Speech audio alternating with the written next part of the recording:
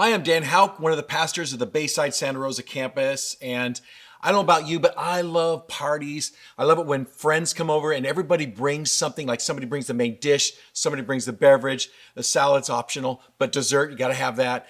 But man, if someone comes over to my house to eat and I'm not prepared or I didn't know they were coming, they might find cheese and crackers and maybe some old hummus on the third shelf in the back.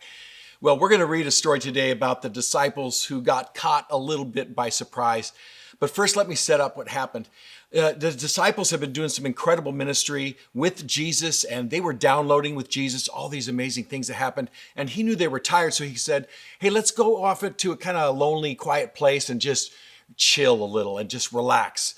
And as they got in the boat to go to where they were headed, which was quiet at the time, some people from the shore saw them and they spread the word, oh my gosh, Jesus is headed over here. So by the time Jesus and the disciples got to the shore, it was packed. There was over 5,000 people there.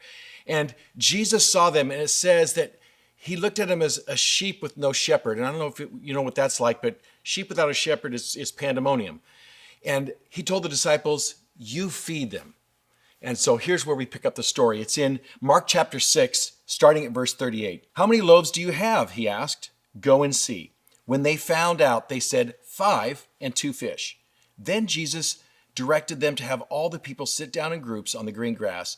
So they sat down in groups of hundreds and fifties. Taking the 5 loaves and the 2 fish and looking up to heaven, he gave thanks and broke the loaves. Then he gave them to the disciples to distribute to the people.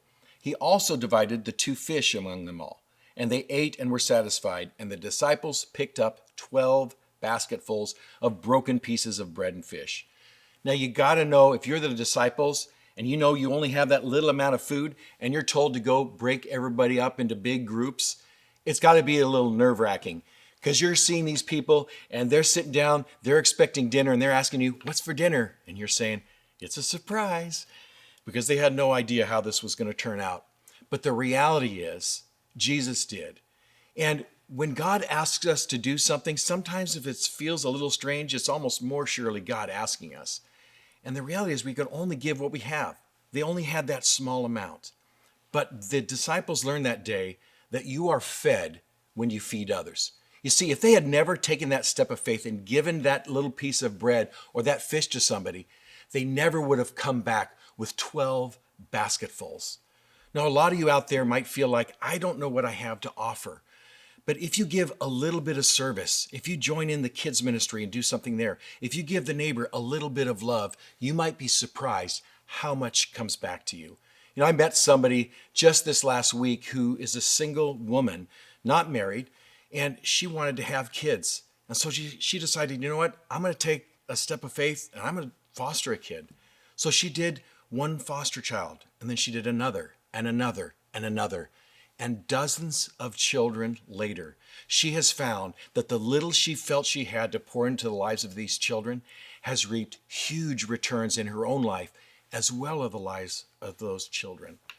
So I want to encourage you today that it doesn't matter if you have a lot. Just give what little you have and see what God can do through it. I hope that encourages you today.